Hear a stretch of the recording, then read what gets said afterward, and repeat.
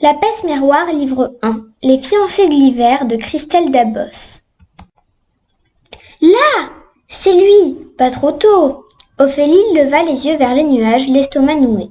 Une masse sombre, en silhouette de baleine, perçait la brume et se détachait sur la toile de la nuit en émettant des craquements sinistres.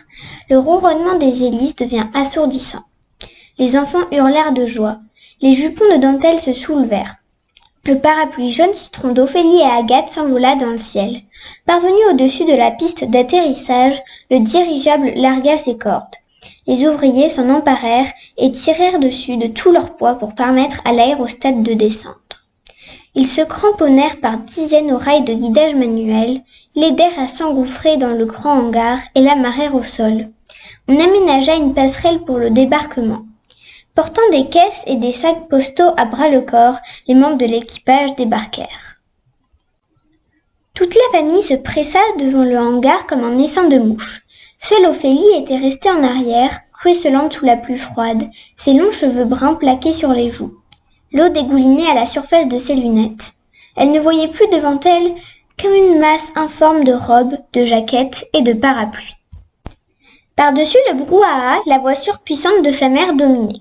« Mais laissez-le passer, vous autres, faites place! Mon cher, mon très cher monsieur Thorne, soyez le bienvenu sur Anima. Comment donc, vous êtes venu sans escorte? Par les ancêtres, Ophélie, où a-t-elle encore filé sa tête de lune? Agathe, dégote-nous vite ta sœur. Quel temps infect, mon pauvre ami, vous seriez arrivé 1 heure plus tôt, nous vous aurions accueilli sans cette flotte. Que quelqu'un lui donne un parapluie. Clouée sur place, Ophélie était incapable de bouger. Il était là. L'homme qui était sur le point de déstructurer sa vie était là. Elle ne voulait ni le voir, ni lui parler. Agathe lui attrapa le poignet et lui fit traverser la famille en la traînant à sa suite. Enivrée de bruit et de pluie, à demi consciente, Ophélie passa de visage en visage jusqu'à tomber sur le poitrail d'un ours polaire.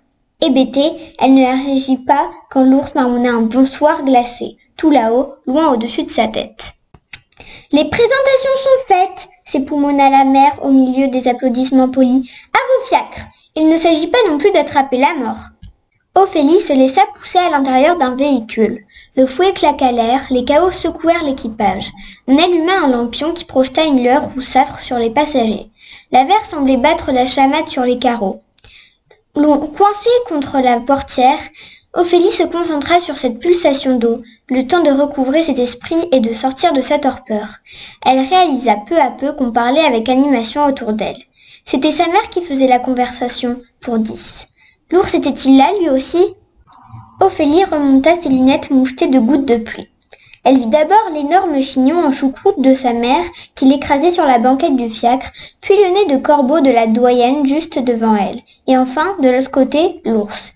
Il regardait obstinément par la vitre de la portière, répondant de temps à autre au babillage de la mère par un laconique hochement de tête, sans prendre la peine d'échanger un regard avec personne.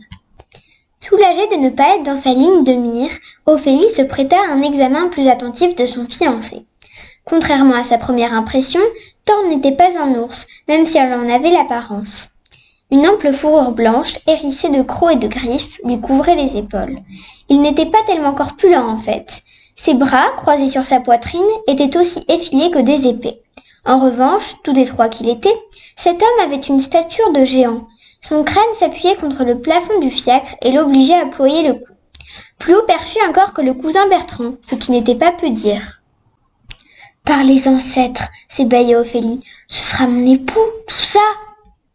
Thorne portait sur les genoux une jolie valise tapissée qui jurait avec ses vêtements en peau de fauve et lui conférait une petite touche de civilisation.